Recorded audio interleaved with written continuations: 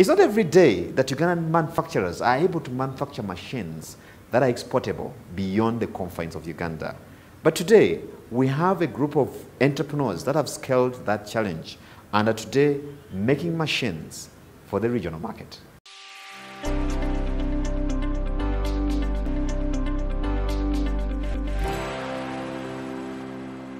Tony Lubowa, working as a general supervisor, Tonet Agro Engineering Company, an agro-based engineering company dealing in agro-processing and agro-implements.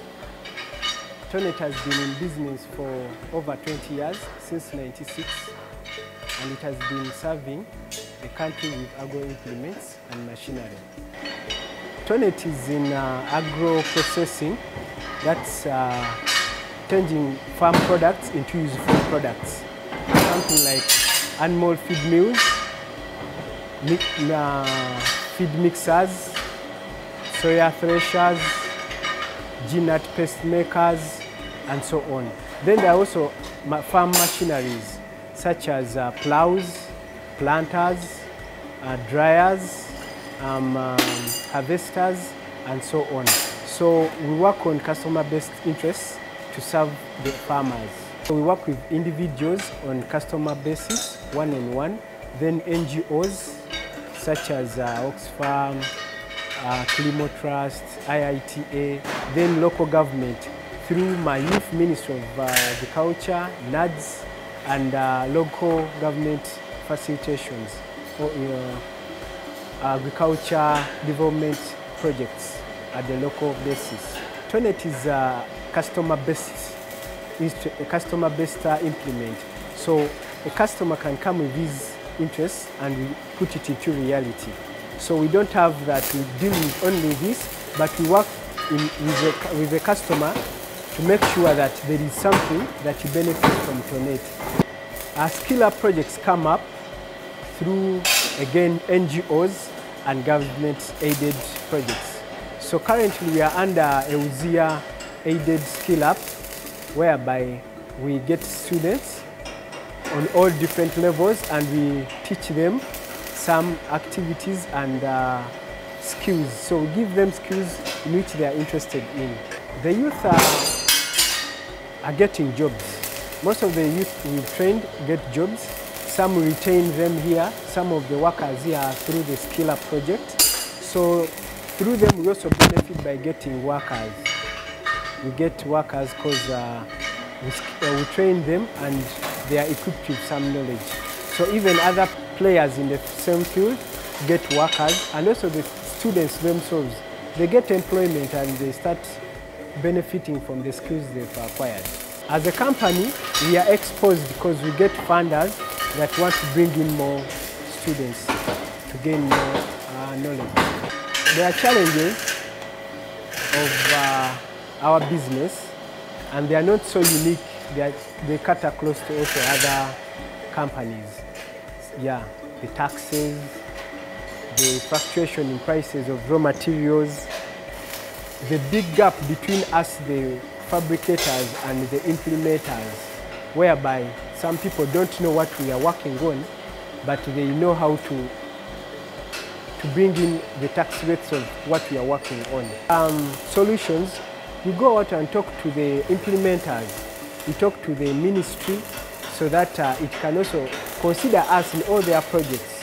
We talk with the Omyoga people, yeah, we talk with the Operation Wealth Creation people so that they put us into consideration that we get jobs and also help us mitigate the challenges we are facing, like the taxes that don't meet what we are producing. For the period we've been around, we did not start from here. We started from Kalere, where the bypass is. So we've been able to transform from a small workshop to a kindly a bigger workshop, as you see or you see. And we are hopeful that we shall come into a farm.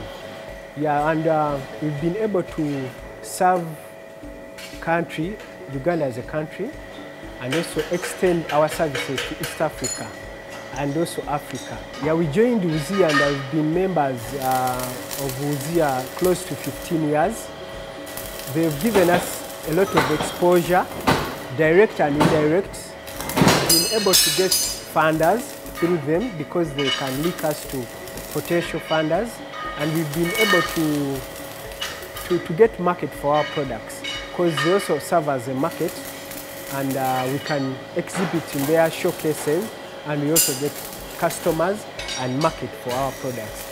They take our products or flyers or brochures to different areas where we wouldn't have reached. They work with us to develop our strength, like training workers in different welding systems, training workers in some different business managements. They give us different courses. They can avail us with different protection systems and gears. Some of the reasons or the core principles that Tonet runs on is being trustful. Yeah? We try to honor the request of the customer. If we've agreed something, we make sure we meet the standards and we try to do what the customer requests. Where there is some misunderstandings, we try to rectify them.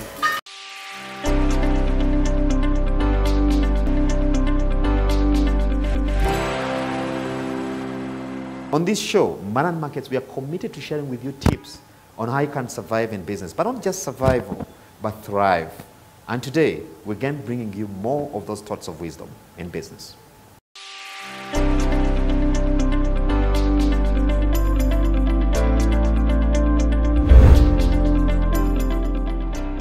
I encourage people that are in agribusiness to enter more into value addition and trade, because we have more people at production and we have fewer people at value addition, and yet that is where you have more income and there's less pressure. You have spread the risk. The business is not as risky as when you are doing the production. You're not fearing that the rain will take my garden. You're not fearing the pest. You just go to where there is a product and you buy that product and do the packaging. And then it's easier to do exports when you have done value addition other than exporting a raw material. And then I would encourage my fellow women not to just fold hands and wait for Kameza money. Just get out and go and work and make your own money and support your families, support your husbands. They will appreciate you better.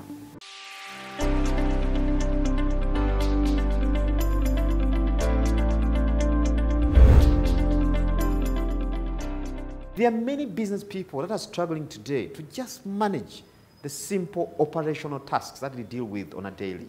However, the tech world has a number of answers for you. There are many applications that can deal with that challenge. And today, that's the focus of this segment.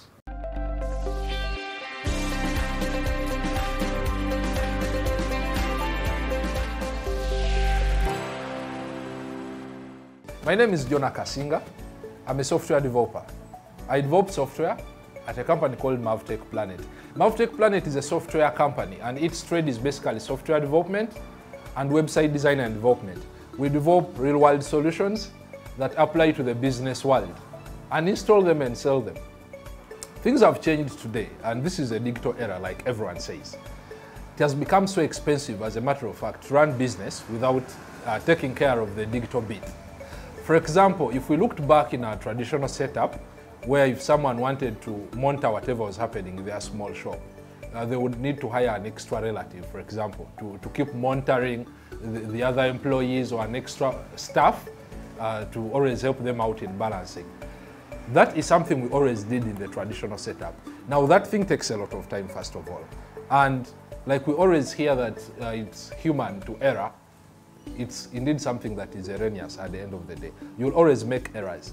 It's tedious, you're going to make errors, and it denies you that kind of liberty that, for example, you would have or you would enjoy if, for example, you had a machine doing for you that bit of the work. Saturdays, I usually joke with some of my friends. Saturdays are supposed to be for golf, attending parties. But if you're still acting that traditional kind of setup of I'm not in the digital era, then as people are going to play golf, you'll be locked inside your shop trying to balance stock and trying to reconcile your books throughout the week. when in reality, this is something that would have been done for you by, for example, an app with just a single click. If you really needed an app, given the different trends of something being off-shelf or something being custom, from an expert kind of point, I would talk about something that is custom. I would recommend that. Simply because with this, you're sitting down with someone who will understand your language, he will understand exactly what you do, and he will be on site. He will be at your business, at your organization, and will get to know what exactly you're doing. Then they will sit down and build an app that is tailored exactly to that. Now, there is what we call the after-sales service, or what we call the user support. Here is the interesting bit. Getting an app from within will always guarantee that you have someone on site to support you in case you're stuck somewhere. These apps also break down, just like machines and every other thing. They break down and they need maintenance. Now, for something that is done locally here or by a developer that is within, it becomes very easier when it comes to things like user support. This is a person who is just a phone call away, and maybe he's on the road, and within some hours or within a day, he has reached your premises. So when it comes to these apps and the pricing and everything, when we want to balance it at the end of the day, a person may think of it being expensive. However, when we look at a customized app, for example, a customized app will always do exactly what you want. For example, you may put off certain features for a start. At the end of the day, when we are developing these apps and we are talking about customization, it's sort of developing according to your budget. So something will be developed for you to put off the big tasks that are disturbing in your business or that are being a big challenge to you in your business. But at the end of the day, no compromising of quality, and also you're not spending a lot. Yeah. So it's all down to customization. Customize something and it will be affordable for you. It gets tricky if you're going to go online maybe or fly out and pick something off shelf. You will buy it the way it is, because unlike a customized package, the other kind of package that you're going to import, you may not enjoy the luxury of saying, I don't want this and I don't want this other bit. For me, my shop, I only want to maybe handle this and leave out other features, for example. Some people still think these computers come when they're already loaded with software. Yeah, which is something really weird. It speaks volumes about how much work we still need to do about sensitization. This is the 21st century, and if we still have someone who is thinking that a software comes when it's already loaded on a computer and it's not developed by a human being, then it's worrying. So we've got a lot of work to do as far as policy making is concerned. If we spared some time and sold out the bit of technology and fronted it, then it's something I feel we would reap big from. Technology is broad. You can't learn the whole of it. Pick out one area that you feel is of your interest, master in it, become good at it, marry it with business, and become a technopreneur. That will work wonders for you. You won't need to go around hunting for jobs. You will employ yourself. So a good app should be doing exactly what you do at your workplace. A good app should be actually playing to the rules of the requirements that you agreed with whoever was developing it at the start. That's how we term it. And of course, a good app should be easy for you to use.